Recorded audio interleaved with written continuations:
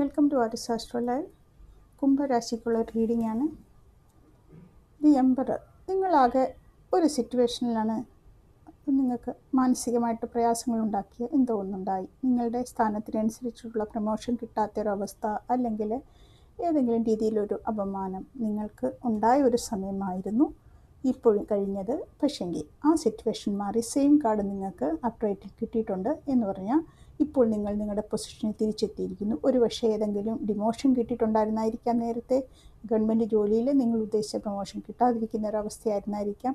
ഇപ്പോൾ അത് നിങ്ങൾക്ക് തിരിച്ചു കിട്ടിയിരിക്കുന്നു. നഷ്ടപ്പെട്ട ഒരു പൊസിഷൻ നിങ്ങൾക്ക് തിരിച്ചു കിട്ടിയിരിക്കുന്നു. ഈ സമയത്ത് ഇപ്പോൾ നിങ്ങളെല്ലാം കൊണ്ടും സാറ്റിസ്ഫാക്ഷൻ ആയിട്ടുള്ളൊരു സമയമാണ്. നിങ്ങളെല്ലാം കൊണ്ടും വളരെ സ്റ്റേബിൾ ആയിട്ടുള്ളൊരു സമയമാണ് കാണിക്കുന്നത്.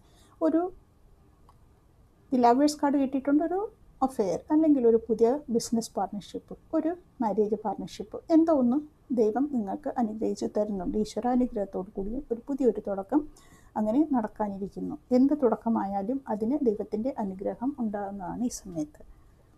എന്താണ് ഒറക്കിൾ കാർഡ് പറയുന്നത്? ഒരു പേപ്പർ വർക്കുള്ള ഒരു എഗ്രിമെൻ്റ് ഉള്ള ഒരു കോൺട്രാക്റ്റ് എന്നാണ് ഇത്. ബിസിനസ് ആയാലും പുതിയ സെയിൽ പർച്ചേസിങ് ആയാലും, അതല്ലെങ്കിൽ ഒരു വിവാഹത്തിനായാലും ഒക്കെ പേപ്പർ വർക്കുണ്ട്, എഗ്രിമെൻ്റ് ഉണ്ട് അല്ലേ.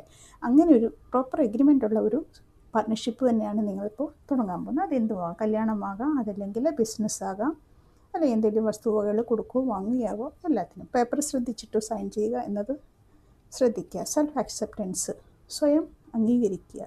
നിങ്ങളുടെ കഴിവുകളെയും നിങ്ങളെയും ആദ്യം നിങ്ങൾ സ്വയം അംഗീകരിച്ചാൽ നിങ്ങളെ ലോകം അംഗീകരിക്കും. അതാണ് കാർഡ് പറയുന്നത്. എന്താണ്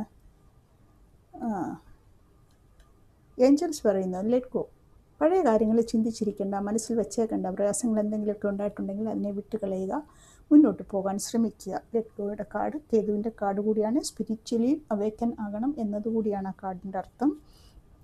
ആക്ടിവേറ്റ് ചെയ്യണം, self integration, awakening and timeless shift. കണ്ടു, ഇത് സ്പിരിച്വൽ അവേക്കനിങ്ങിൻ്റെ തന്നെ ഒരു കാർഡ്, സെക്കൻഡ് കാർഡും കിട്ടിയിരിക്കുന്നു. അതുകൊണ്ട് നിങ്ങൾ മെഡിറ്റേഷൻ പോലെയുള്ള കാര്യങ്ങൾ ചെയ്യണം. എല്ലാവരിൽ നിന്നും വിട്ട് പാർട്ടിയും കാര്യങ്ങളൊക്കെ ഒത്തിരി ആഘോഷിക്കുന്ന വ്യക്തിയാണെങ്കിൽ അതിൽ നിന്നൊക്കെ വിട്ട്, കൂട്ടുകാരിൽ നിന്നൊക്കെ വിട്ട് അല്പസമയം സ്വയം ഒറ്റയ്ക്കിരുന്ന് ഭഗവാനെ പ്രെയർ ചെയ്യാനും സ്വയം തിരിച്ചറിയാനും ശ്രമിക്കുക. അത് ഈ സമയത്ത് നിങ്ങൾക്ക് അത്യാവശ്യമായിട്ടാണ് കാർഡ് പറയുന്നുണ്ട്. ജൂപ്പിറ്റർ കാർഡ് കിട്ടിയിട്ടുണ്ട്. ജൂപ്പിറ്റർ എക്സ്പാൻഡിങ് ആണ്. പുതിയ ബിസിനസ്, നിങ്ങൾ നടത്തിക്കൊണ്ടിരുന്ന ബിസിനസ്സിൽ പ്രൊമോഷനും കാര്യങ്ങളും എക്സ്പാൻഷനും ഒക്കെ ഈ കാർഡ് കാണിക്കുന്നുണ്ട്. വിദ്യാഭ്യാസപരമായിട്ടും ഹയർ ലെവലിൽ പഠിക്കാനോ, അല്ലെങ്കിൽ നിങ്ങൾ മറ്റുള്ളവരെ ഒരു ഇൻസ്റ്റിറ്റ്യൂഷൻ പോലുള്ള കാര്യങ്ങൾ അതിനുള്ള യോഗ്യത ഉള്ളവരാണെങ്കിൽ തുടങ്ങാനും ഒക്കെ ഒരു ചാൻസ് ഈ കാർഡ് കാണിക്കുന്നുണ്ട്.